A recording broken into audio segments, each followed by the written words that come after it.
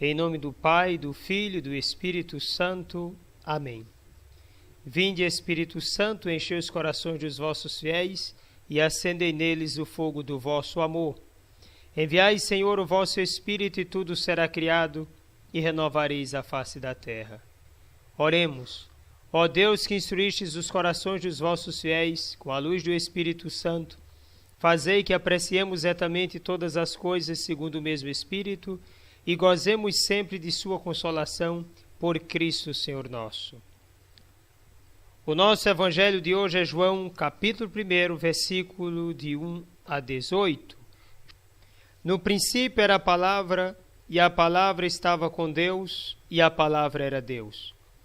No princípio estava ela com Deus, tudo foi feito por ela, e sem ela nada se fez de tudo que foi feito. Nela estava a vida, e a vida era a luz dos homens. E a luz brilha nas trevas, e as trevas não conseguiram dominá-la. Surgiu um homem enviado por Deus, seu nome era João. Ele veio como testemunha para dar testemunho da luz, para que todos chegassem à fé por meio dele. Ele não era a luz, mas veio para dar testemunho da luz, daquele que era a luz de verdade, que vindo ao mundo ilumina todo ser humano. A palavra estava no mundo, e o mundo foi feito por meio dela, mas o mundo não quis conhecê-la. Veio para o que era seu, e os seus não a acolheram. Mas a todos que a receberam, deu-lhes capacidade de se tornarem filhos de Deus, isto é, aos que acreditam em seu nome, pois estes não nasceram do sangue, nem da vontade da carne, nem da vontade do varão, mas de Deus mesmo. E a palavra se fez carne e habitou entre nós. E nós contemplamos a sua glória, glória que recebe do Pai como Filho unigênito, cheio de graça e de verdade. Dele João dá testemunho, clamando: Este é aquele de quem eu disse, o que vem depois de mim passou à minha frente, porque ele existia antes de mim. De sua plenitude todos nós recebemos graça por graça, pois por meio de Moisés foi dada a lei, mas a graça e a verdade nos chegaram através de Jesus Cristo. A Deus ninguém jamais viu, mas o unigênito de Deus, que está na intimidade do Pai, ele nos deu a conhecer.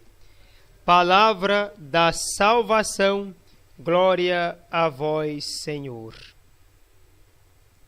O Logos diante de Deus e do mundo, nos versículos de 1 a 5. O leitor certamente constatará que o vocabulário do prólogo de São João é pobre, as expressões pouco variadas e até monótonas, e contudo não falta fascínio e indubitável densidade de conteúdo. Os 5 primeiros versículos estão intimamente ligados entre si. Isto resulta de 2 procedimentos literários claramente visíveis no texto grego, mas não tanto na tradução. A concatenação, a última palavra de uma linha, torna-se a primeira da linha seguinte, e o paralelismo.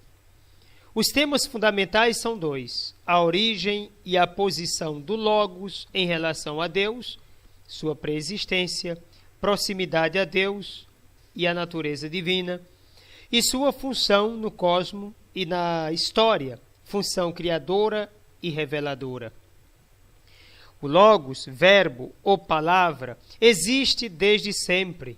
Esta é a clara e solene afirmação inicial.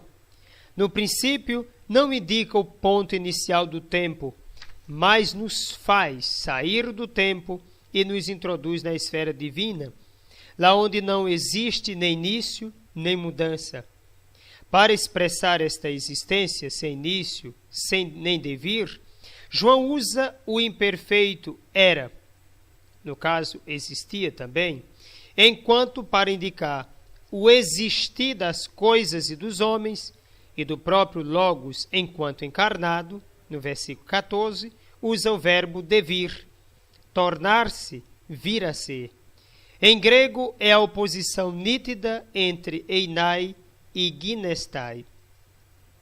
A expressão no princípio alude, embora discretamente, a Gênesis capítulo 1, versículo 1, Provérbios 8, 22, o livro da sabedoria 24, versículo 1. Já se pode notar aqui uma característica do Logos joaneu, a fusão das duas tradições relativas à palavra, que se torna história, e à sabedoria. Assim, no princípio, não é somente a afirmação da preexistência do Logos, quer dizer, do fato de se dizer que o Verbo eterno do Pai, o Filho eterno, existia antes, mas já prepara a compreensão de sua dupla missão histórica e também sapiencial. Então, faz referência à preexistência, mas também à missão histórica e uma missão de sabedoria. A atribuição da preexistência à palavra do Pai, como as outras atribuições que progressivamente encontraremos: função criadora, luz, vida.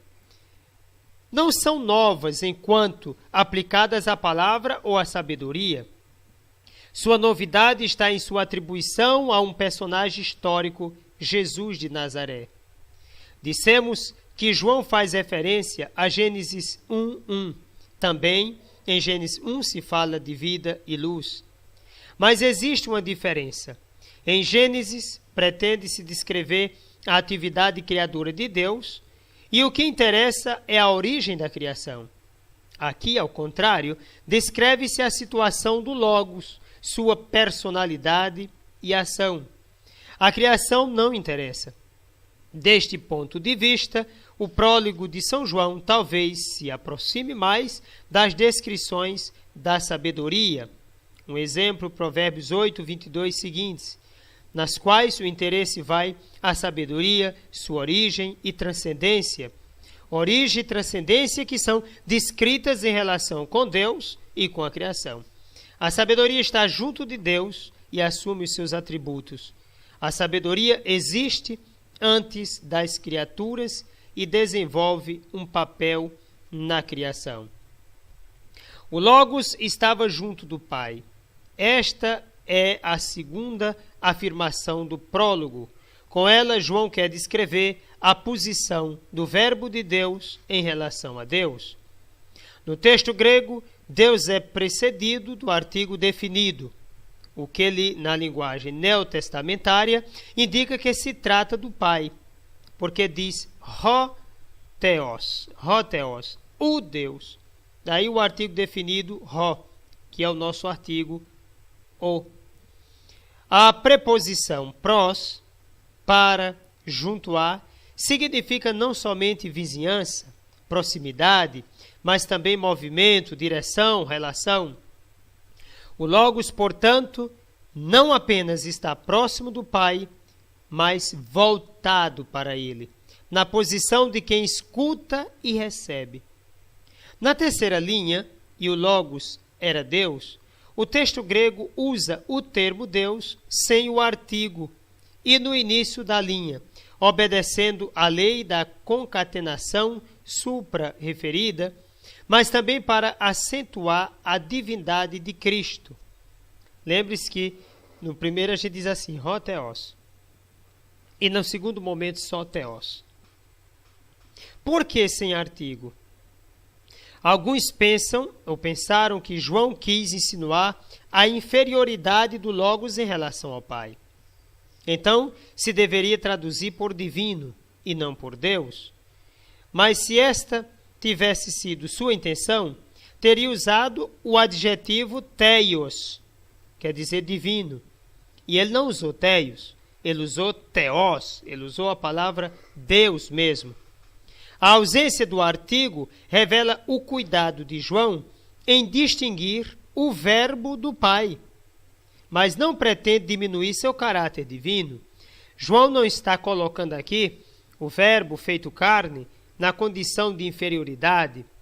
Ele está colocando o Verbo na sua relação com o Pai, porque o Verbo é o eternamente Filho saído da essência, da mesma essência do Pai.